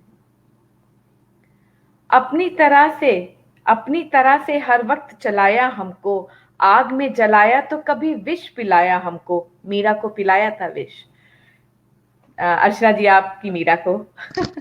अपनी तरह से हर वक्त चलाया हमको, आग में जलाया तो कभी विष पिलाया हमको। माँ दुर्गा बन अब अन्याय से लड़ना चाहती हूँ। मैं कुछ कहना चाहती हूँ। देश में रहे या विदेश में, छला गया हमें हर परिवेश में। मंजू जी, आप समझ सकती हैं इस बात को, क्योंकि आपकी संस्था है नारिका। देश में रहे या विदेश में, छला गया हमको हर परिवेश में, नदी बंद संकुचित होली बहुत, अब सागर सा विशाल होना चाहती हूँ। मैं कुछ कहना चाहती हूँ। जिस समाज को जन्मा हमने, उस पे क्यों हमारा अधिकार नहीं। अबला पर्याय अब हमको स्वीकार नहीं, महिलाओं के लिए एक संपूर्ण सम्मान चाहती हूँ। अबला पर्याय अब हमको स्वीकार नहीं, महिलाओं के लिए एक संपूर्ण सम्मान चाहती हूँ। मैं कुछ कहना चाहती हूँ। लास्ट है, अंतिम है। साल का एक दिन देके, साल नारी दिवस मनाते हैं हम, महिला दिवस। साल का एक दिन देके बाकी सब दिन ले लेते हो। साल का एक दिन देके बाकी सब दिन ले लेते हो। ये कैसी राजनीति करते हो? एक दिन का भुलावा अब नहीं, एक दिन का भुलावा अब नहीं, अब हर दिन पे अपना अधिकार चाहती हूँ। मैं कुछ कहना चाहती हूँ, मैं कुछ कहना चाहती हूँ। बहुत तो अच्छी बात, बहुत अच्छा संदेश। जी रचना जी बोलिए।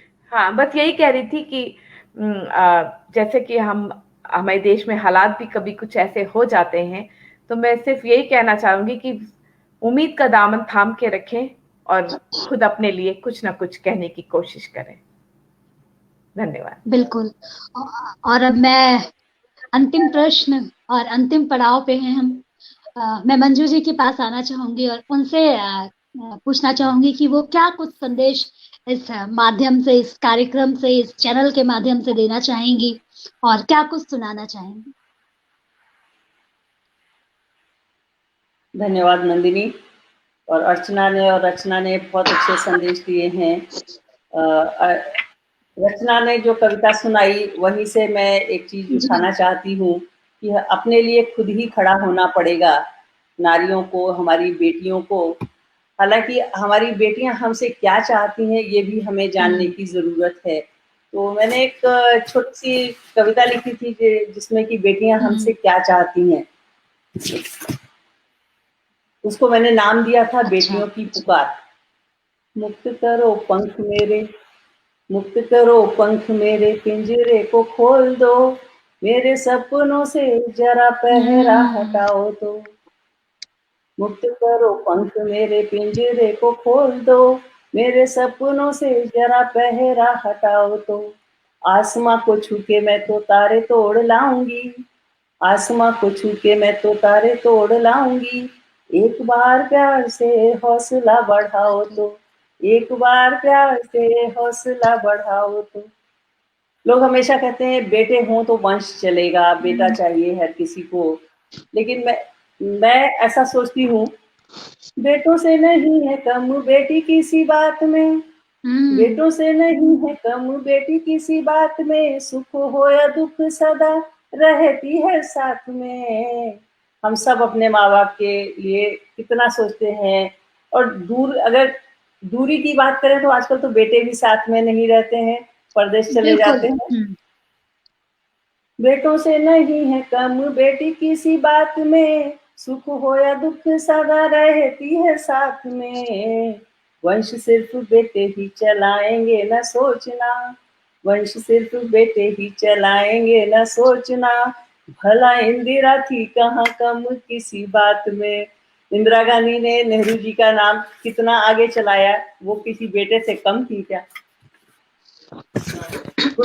एक और है कि हम लोग भारत में बेटियों को या नारियों को देवी बना के तो रखते हैं, लेकिन उन्हें इंसान नहीं रहने देते। तो उस विषय में ये 2 लाइनें हैं। बेटियों को बेटियां ही मानो नहीं देवियां, बेटियों को बेटियां ही मानो नहीं देवियां, पत्थर की मूरत बनाओ नहीं बेटियां। इंसान है इंसान बन के जीने दो, इंसान है इंसान बन के जीने दो, हंसने दो रोने दो गाने मुस्कुराने दो, हंसने दो रोने दो गाने मुस्कुराने दो। तो हमें हमारी बेटियों को एक मौका देना चाहिए ताकि वो आगे बढ़ के कुछ कर सकें। बेटे और बेटी वंश चलता है, उनके सत्कार्यों से उनको अच्छा करने का मौका देंगे तो वंश चलेगा। और नहीं तो बेटे हो या बेटी, नाम डुबा सकते हैं कोई भी। तो इसलिए बेटियों को पूरा मौका देना चाहिए। अभी बहुत जैसा अच्छी कि बहुत रचना ने कहा, अपने लिए खुद उठ के खड़ा होना होगा।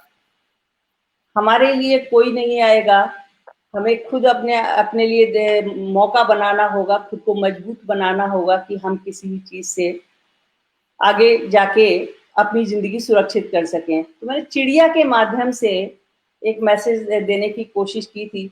चिड़िया तुम सुन रही हो ना, चिड़िया तुम सुन रही हो ना, घोंसले की दहलीज के बाहर आंधियां ही आंधियां हैं हर तरफ, घोंसले की दहलीज के बाहर आंधियां ही आंधियां हैं हर तरफ, नोचने को पर तुम्हारे उड़ रहे हैं गिद्ध ही गिद्ध यहाँ हर तरफ। पैने करने होंगे अपने ही नाखून तुमको, पैने करने होंगे अपने ही नाखून तुमको, कोई नहीं आएगा बचाने। मुखौटों के अंदर बस कायरों की भीड़ ही भीड़ है यहाँ हर तरफ। चिड़िया सुन रही हो ना, घोंसले की दहलीज के बाहर आंधियां ही आंधियां हैं हर तरफ। तो उठो, खुद को इस लायक बनाओ, इतना सशक्त बनाओ कि हर आंधी से, हर गिद्ध से जूझ के अपने आप को सुरक्षित कर सको। ये एक मेरा संदेश है। दूसरा संदेश हिंदी के बारे में है कि हम लोग घर से दूर आए हैं, शायद जब जो चीज हमारे पास नहीं होती है हमें उसकी वैल्यू तभी पता चलती है। हम देश से दूर हैं तो हम हिंदी को बहुत प्यार करते हैं, हमारे लिए हिंदी हर चीज से बढ़कर है। हमें अंग्रेजी का कोई मोह नहीं है। कहीं भी मौका मिले जहां दो हिंदी जानने वाले जुड़ते हैं तो हिंदी में ही बात करना शुरू कर देते हैं। लेकिन जब हम भारत जाते हैं तो हम देखते हैं कि वहां पे अंग्रेजी बोलने में लोगों को अपना एक ऊंचा स्तर महसूस होता है। जो अंग्रेजी में अच्छी बात कर सकता है, अच्छी अंग्रेजी बोलने वाला है, उसको थोड़ी ज्यादा इज्जत मिलती है। अगर आप कहीं भीड़ में हैं, भैया जरा हटिए, तो कोई नहीं ध्यान देगा। आपने बोला एक्सक्यूज मी प्लीज, तो उसका जो एक असर होता है वो अलग होता है। तो मैं सिर्फ ये कहना चाहती हूँ कि कोई भी भाषा सीखना अच्छी बात है, जितनी ज्यादा भाषाएं आएंगी बहुत अच्छी बात है, लेकिन अपनी भाषा का तिरस्कार करना या अपनी भाषा को कम आंकना बहुत गलत बात है। अभी 1-2 महीने पहले जब भारत में, उत्तर प्रदेश में खास तौर से जहाँ पे हिंदी का गढ़ है, हिंदी बोली जाती है, 8 लाख बच्चे हिंदी विषय में फेल हो गए। हाँ। 8 लाख बच्चे हिंदी विषय में फेल हो गए। सुनकर 2 मिनट समझ में नहीं आया कि क्या कहना चाहिए, क्या सोचना चाहिए। जहाँ हिंदी में मतलब हिंदी में सुनते हैं, सोचते हैं, पैदा होने के साथ हिंदी जो पहली चीज जाती है कानों में वो हिंदी होती है, और वहां के बच्चे 8 लाख बच्चे हिंदी में फेल हो गए। बहुत शर्म आई मुझे इस बात पे कि मेरे अपने प्रदेश में, मेरे अपने घर में, मेरे अपने देश में हिंदी की नहीं कहना चाहिए लेकिन कहना पड़ता है, ऐसी दुर्दशा हो रही है। दुर्दशा, बिल्कुल सही बात मंजू जी, मैं आपसे पूरी तरह सहमत हूँ कि हमारे देश में, हमारे प्रदेश में ही हमारी भाषा और हमारी संस्कृति की ऐसी धज्जियां उड़ रही हैं, ऐसी दुर्दशा है। और उस दुर्दशा के बीच में जब 3 ऐसी नारियां हों जो 7 समंदर पार अमेरिका जैसे देश में रहकर हिंदी भाषा, भारतीय साहित्य और समाज के लिए इतना कार्य कर रही हैं, उनके प्रचार प्रसार के लिए कार्य कर रही हैं, तो कहीं ना कहीं ये अनुकरणीय हो जाता है, ये वंदनीय हो जाता है, ये प्रार्थनीय हो जाता है, प्रशंसनीय हो जाता है, सराहनीय हो जाता है। एक छोटे से प्रसंग के साथ आज के कार्यक्रम को समापन करूंगी और अपने सखियों को एक बात बता करके इस 30 सेकंड में इस कार्यक्रम को समाप्त करूंगी कि अर्चना जी, मंजू जी, रचना जी, मैं भी उत्तर प्रदेश के गोरखपुर से हूँ, और मंजू जी और रचना दीदी जानती होंगी कि हमारे वहाँ सुहाग के त्योहार में पीला सिंदूर, भरी भरी कांच की चूड़ियां, पैर में महावर सब लगाने का जो चलन है। करवा चौथ के दूसरे दिन मेरा एक कार्यक्रम था और मैं इसी तरीके से, हमारे वहाँ सिंदूर लगाने के बाद त्योहार पे बाल दूसरे दिन धुला नहीं जाता, ये हमारी हिंदू सनातन संस्कृति है।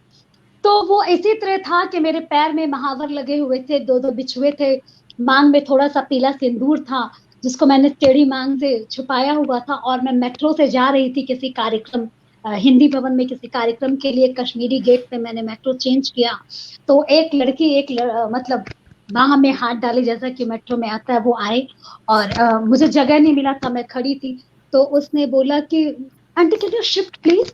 तो उन्हें लगा कि मैं मांग में पीला सिंदूर लगाई हूँ, मेरे हाथों में चूड़ियां हैं, बड़ी सी बिंदी है, गले में मंगलसूत्र है, पाँव में महावर है, तो शायद मैं अंग्रेजी नहीं जानती हूँ। उन्हें नहीं पता था कि मैं अंग्रेजी साहित्य और फॉरेन लैंग्वेज से MA BEd हूँ, उन्हें नहीं पता था। तो शी सेड कि aunty will not understand English, aunty थोड़ा सा उधर हो जाओ। मैं कुछ नहीं कही, बस उनसे कहा यूट्यूब पे नंदिनी श्रीवास्तव सर्च कर लेना, और मेरा स्टेशन आ गया, मैं उतर गई। मुझे बहुत तकलीफ भी हुई कि हम कहाँ जा रहे हैं, हमारा देश कहाँ जा रहा है, हमारी संस्कृति कहाँ जा रही है। इस माध्यम से, इस कार्यक्रम के माध्यम से, इन सशक्त नारियों के माध्यम से, इनकी कही बातों के माध्यम से, इनके संदेश के माध्यम से यही कहते कहते विदा लेती हूँ, संस्कृति को बचा लीजिए, विश्व की सबसे पुरानी विरासत है ये हमारी। ये चला गया तो हम भी डायनासोर की तरह हो जाएंगे, विलुप्त प्राणी। अपना ख्याल रखिए, आसपास का ख्याल रखिए, देश से प्रेम करिए। जय हिंद, जय भारत, वंदे मातरम। वंदे धन्यवाद मातरम। नंदिनी, वंदे नमस्कार। मातरम। नमस्कार।